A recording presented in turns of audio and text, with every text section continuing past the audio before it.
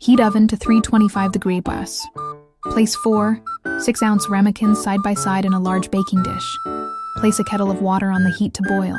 Add the cream and salt to a small saucepan. Scrape the seeds from a vanilla bean into the cream and briefly whisk to combine.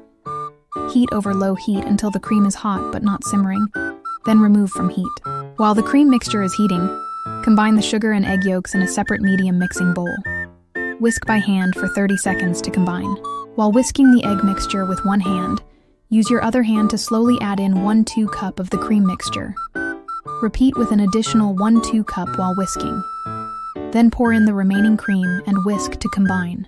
Strain the entire mixture through a fine mesh strainer into a clean bowl to catch and discard any clumps that might have accidentally scrambled.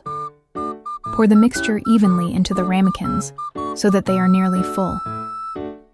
Pour the hot water from the kettle carefully into the baking dish surrounding the ramekins.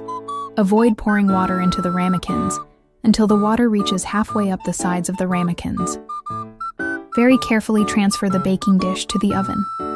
Bake for 30 to 40 minutes, or until the custard is still slightly jiggly, but the centers are barely set. If you'd like to double-check doneness using a cooking thermometer, the centers of the custard should measure 165 Leibdig.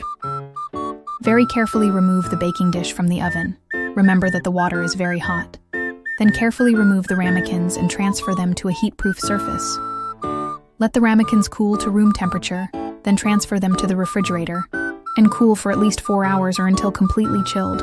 Once the custard is chilled, remove the ramekins from the refrigerator. If you notice any condensation on the surface of the custards, blot it away gently with a paper towel. Add a very thin layer of sugar on top of each custard, swirling it around so that the sugar is distributed evenly. I used a scant teaspoon per custard.